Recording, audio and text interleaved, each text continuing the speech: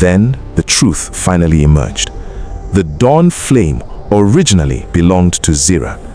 The eclipse fire was never evil. But how did it come to this? After the tournament, Orunma descended into fear. The Council of Nine declared Zira a growing threat to the stability of the kingdom. But behind closed doors, panic spread for another reason entirely. The council realized the eclipse fire was evolving faster than they predicted. And if the truth about the star core was exposed, their control over Orunma would collapse forever. Meanwhile, Zira became obsessed with the visions she saw during her battle with Maro. The hidden chambers, the experiments, the moment Elder Kumo touched the two vessels before her birth.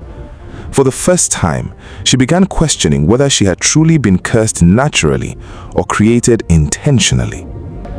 At the same time, Maro returned to the Ocean Clan, carrying doubts of his own. The elders warned him to stay away from Zira, but Maro could not ignore what he saw during the synchronization, because deep inside, he began fearing that the power he carried was never truly his. As both of them searched for answers separately, Elder Kumo secretly moved his final plan into motion.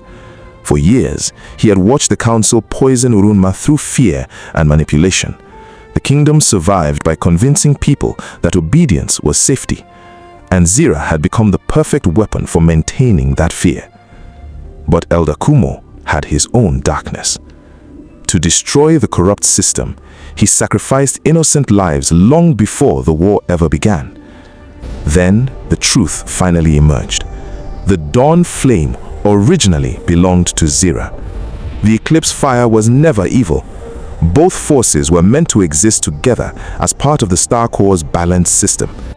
The council separated them because fear was easier to control than harmony.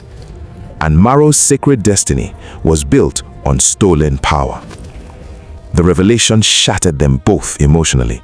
Zira realized the kingdom hated her for a lie. Maro realized his entire purpose had been manufactured. Before either of them could recover, the Festival of Stars began. Thousands gathered beneath the floating temples as the council prepared a public spiritual cleansing ceremony. But secretly, the ritual was designed to destroy Zira permanently and use her death to stabilize the failing star core. The moment the ritual started, Elder Kumo attacked the sacred chambers beneath the city. At the same time, the Ocean Clan launched their uprising against Oroma. War erupted across the kingdom. The sky temples collapsed, spiritual machines exploded, the oceans rose against the city walls. And in the middle of the chaos, Zira finally faced the star core itself. For the first time, she saw the truth. The star core was not dying naturally. The council had been feeding on its energy for centuries to maintain power over the kingdom. Everything Oroma believed was built on exploitation. The people, the Ocean Clan, even Zira herself. The entire system depended on fear. Then, the council made their final mistake. They tried to force Zira to become the monster they always feared.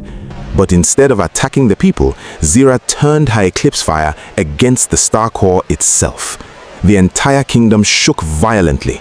The council panicked. The sky above Oroma split open.